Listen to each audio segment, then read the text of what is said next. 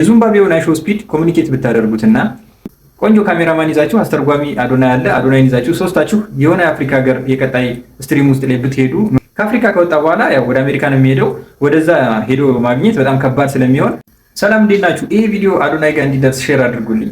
ያው የሚጠቅም ሀሳብ መስሎ ስለተሰማኝ ነው እንጂ እንደዚህ ሼር አድርጉልኝ ብዬ አላውቅም።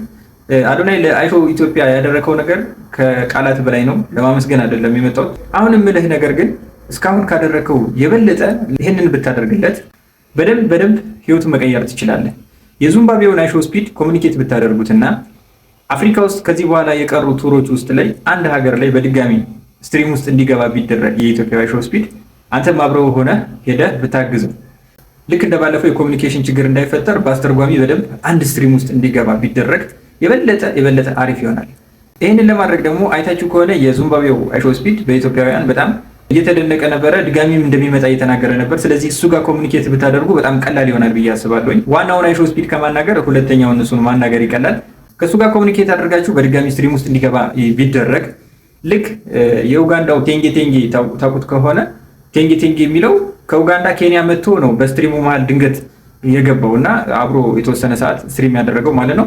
ልክ እንደዛ ሁሉ ኢትዮጵያዊ አይሾ ስፒድም የሆነ ሀገር ላይ እንደዚሁ በድንገት ቢከሰትና በእርግጠኝነት አብሮት ስትሪም እንዲያደርግ ይፈቅድለታል። ያን ደግሞ የበለጠ እንዲሳካ ለማድረግ የዚምባብዌ አይሾ ስፒድ ጋር ኮሙኒኬት ብታደርጉ ከዛም በኋላ ራሱ ወደፊት ከስትሪሙ ካለቀ በኋላ ወደፊት አብሮ የሚሰሩበትን መንገድ ቢመቻች ሁለቱ አብሮ ቢሆኑ የበለጠ የመታየት እድል ይኖራቸዋል ማለት ነው።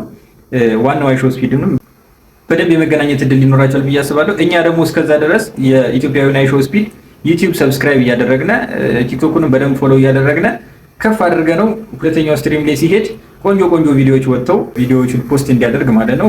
ቆንጆ ካሜራማን ይዛችሁ አስተርጓሚ አዶናይ አለ አዶናይን ይዛችሁ ሶስታችሁ የሆነ የአፍሪካ ሀገር የቀጣይ ስትሪም ውስጥ ላይ ብትሄዱ ምክንያቱም ቀላል ስለሆነ ማለት ነው። ከአፍሪካ ከወጣ በኋላ ያው ወደ አሜሪካ ነው የሚሄደው። ወደዛ ሄዶ ማግኘት በጣም ከባድ ስለሚሆን አሁን እድሉን ድጋሚ ቢጠቀም ይሄ ልጅ የበለጠ የመታየት እድል ይኖረዋል።